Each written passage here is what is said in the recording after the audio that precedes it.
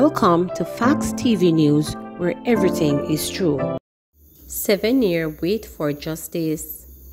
The Nora Thomas son, a policeman, was shot dead in what law enforcers said at the time was a robbery at a bar in the western seacoast town of Hopewell, Hanover, on April 4, 2015, the circumstances of which she and others had staunchly disputed.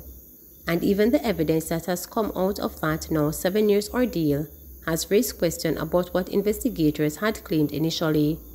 But the reality is that Thomas, a veteran educator and guidance counselor at Hopewell High School, has been without a son she trusted, believed in, and raised by his honesty for 7 years.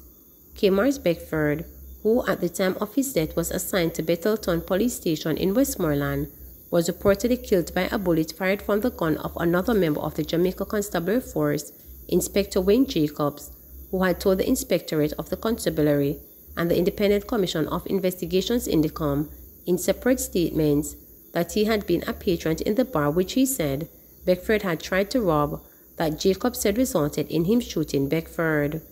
At the time, Beckford, who lived in Springfield, St. Elizabeth, was staying with his mother in Lucy, the bartender who said to be injured by a bullet during the shooting.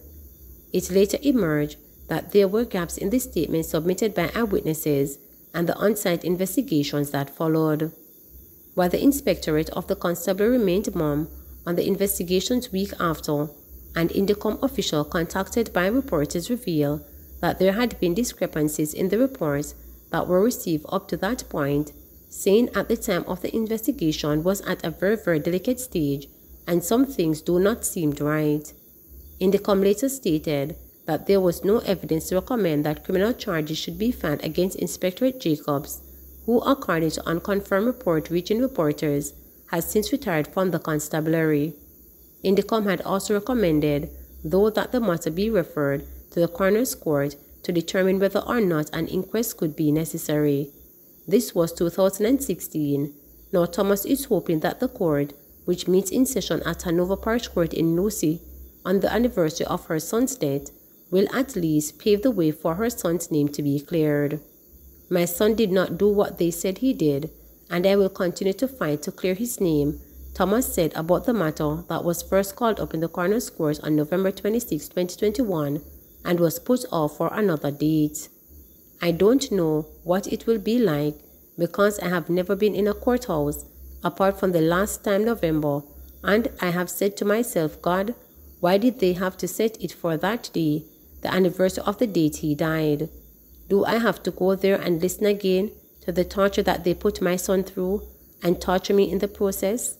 But I don't know what God has in store.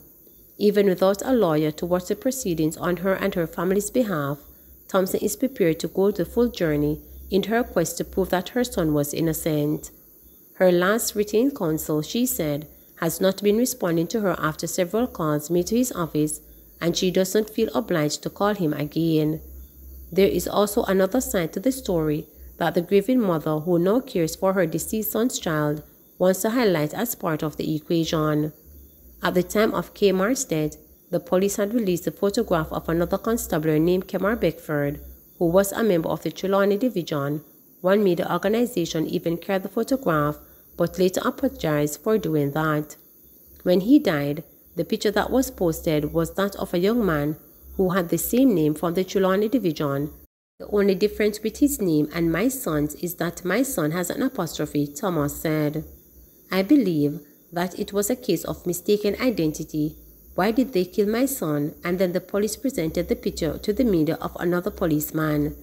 Could it have meant that the other policeman was the intended target? They had his picture ready to present.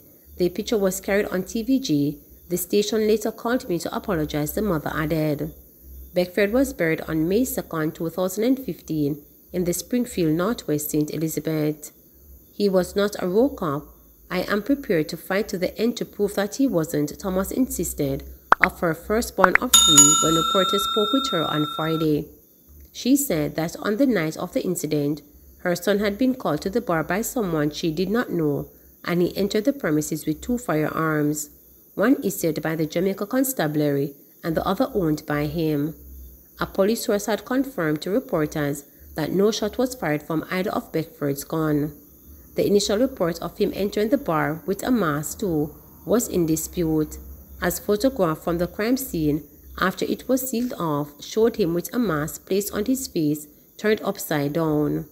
Beckford's mother said that the 25-year-old was aspiring to become a psychologist and was close to doing 2 more subjects in 2015 to prepare him for the entry into college. Late in April 2015, Thomas told reporters that she was not seeking revenge, neither am I seeking for anyone's head. The police commissioner need to act. When my son graduated from the police training school at age 19, he said something to me that I will always remember. He told me, a policeman can be your good friend, but he can also be your worst enemy. How profound is that statement? Thomas asked. $280 million DRMA windfall. Nearly $280 million in fines was extracted from Jamaicans under the legislation used by the government to manage the local outbreak of COVID-19 pandemic, new figures have revealed. The $276 million windfall came from 19,423 cases against 17,288 individuals and entities in the parish courts for various breaches of the Disaster Risk Management Act (DRMA) between March 2020 and December last year, according to the figures obtained from Court Administration Division (CAD). 134 people were imprisoned for not paying court-fined orders, ranging from a high of $540,000 to a low of $500. Over the 22-month period, 10,009 people were charged for breaching the DRMA, 7,866 were charged for breaching the curfew orders, while 1,211 were placed before the courts for not wearing masks. Other offenses included failure to close a business establishment at a stipulated time, failure to maintain social distance, breach of the public gathering limit, breach of the Quarantine Act, and being in public space that should be closed.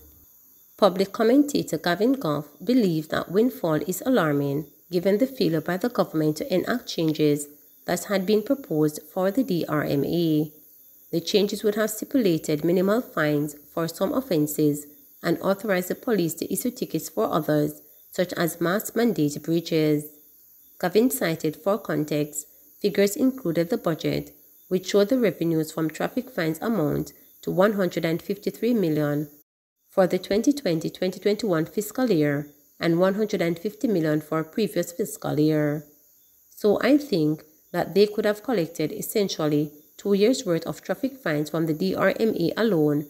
Just shows how preposterous it is when you consider the real risk to life and limb that traffic offences create, he said during the interview on Friday. If we in fact collected essentially over $250 million in that short space of time, and a large percentage of that is accounted for in masks, I would be horrified, he added. The issue for the parliamentary opposition is that, by and large, the people were placed before the courts, and fines are among the most vulnerable and marginalized in this society. If you look at the category of people who had to pay these hefty fines, disproportionately, the majority of them are poor people, said opposition spokesman on finance Julian Robinson. Jamaica recorded its first case of COVID-19 in March 2020. Order under the 2015 DRMA were rolled out shortly thereafter as a primary legislative vehicle to drive the government's response to the expected outbreak of the respiratory illness, which has since killed more than 2,800 people locally and affected upwards of 129,000. 90 all-island curfews, public gathering limits, event restrictions and mask mandates were among the suite of measures imposed. The legislation provides for fines of up to $1 million and a maximum prison time of 1 year. The COVID-19 orders under the Act were lifted last month as Jamaica's infection numbers receded. In March last year, while the others were in effect, Prime Minister Andrew Holness announced that the government was on track to introduce proposed changes to the law and very close to completing work on the supporting legislation. A bill to amend the DRMA introducing enforceable penalties against persons who commit breaches of COVID-19 under the Act was passed in March 2021 in both houses. The amendment, which local government minister Desmond McKenzie said were crafted in pursuit of clear objectives, introduced fines ranging from $3,000 to $500,000. The circumstances in which the act can be invoked have been expanded to ensure that the government has, at all times, the legislative authority within which it can respond swiftly to challenges and secure the interests of the population, McKenzie, who piloted the bill in the lower house, said then. At the same time, these changes set out clear sanctions for those who undermine the mission of balancing lives and livelihoods through personal and other forms of irresponsibility. Holness had also said that a ticketing process would be introduced. Up to late yesterday, there was no response from the Holness administration to reporters' questions about the failure to enact the ticketing system and criticism that it exposes mainly ordinary Jamaicans to massive fines. But Gavin, an attorney at law, believes it is not even open for debate that this failure opened the door of hefty fines imposed on citizens like the St. Thomas man who spent a month in prison last year because he could not pay the $200,000 penalty for not wearing a mask in public. Some 592 people in St. Thomas were ordered to pay $21.8 million to cover fines for 770 offences under the DRMA over the 22-month period reviewed by CAD. 278 cases were for curfew breaches, 265 were for failing to wear a mask in public, while 204 were for DRMA breaches. The fines range from as low as $1,000 to a high of $500,000. The absence of the ticketing regime is something all were warned about, that it could create the very problem it ended up creating, said Gavin. Robinson, who is also Member of Parliament for St. Andrew South Eastern, said the ticketing system was expected to lower fines and certainly you wouldn't have had that custodial sentence being imposed on people who couldn't afford the fine. The parishes with large urban centres accounted for the bulk of the fines imposed by the parish court judges.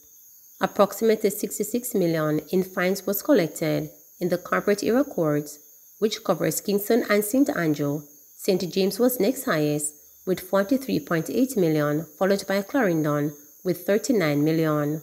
The corporate era fines were collected from 3,839 people charged with 4,528 offences, 90% of which were for breaching the night curfew. The $2.8 million collected in Portland was the lowest for all parishes. Clarendon-based music selector DJ Taros and DJ Live are among the 1,677 people fined in the parish for breaches of the DRMA. DJ Live, whose name is Tyson Henry, was fined a total of $150,000 for separate cases of breaching the curfew hours, while DJ Taros, Lemar Pusey, forked out $100,000 for breaching the curfew and $20,000 for not wearing a mask in public, the latter admitted. Both men were playing music and enjoying themselves at a backyard party more than 4 hours after the start of the 8 p.m. curfew when cops swooped in, Pusey acknowledged. He is still not happy with the fines because it looked wicked, but accepts that the government has a job to do. May have an issue with it, but at the end of the day, the government will do them work. We are breach the curfew hours, so they will do what they have to do, Pusey conceded. Gavin said he was in full support of the stiff penalties imposed on promoters of illegal parties that could easily have become super spreaders event. Please remember to subscribe, like, share, and click the notification bell for daily updates.